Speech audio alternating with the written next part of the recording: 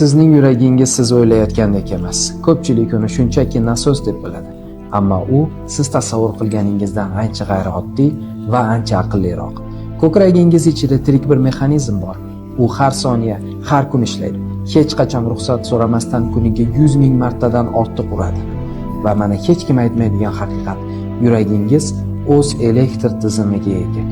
O'z ritmi bor, hatto o'z xotirasi ham bor. Tanangiz barcha nervlarni uzib tashlasa ham yuragingiz urishda davom etadi.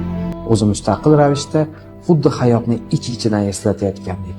Yuragingiz ichida 40 mingta neyron yashaydi.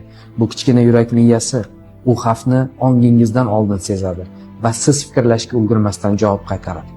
Siz stressga tushganingizni anglashdan oldin yuragingiz buni his qiladi.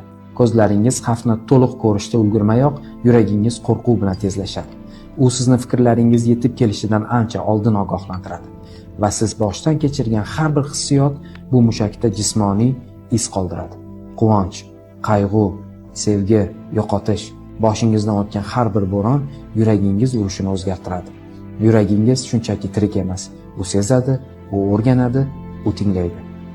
Va har qanday o'zgarishda, har qanday og'riqda, har bir g'alabada u siz bilan birga kurashishdan hech qachon to'xtamaydi.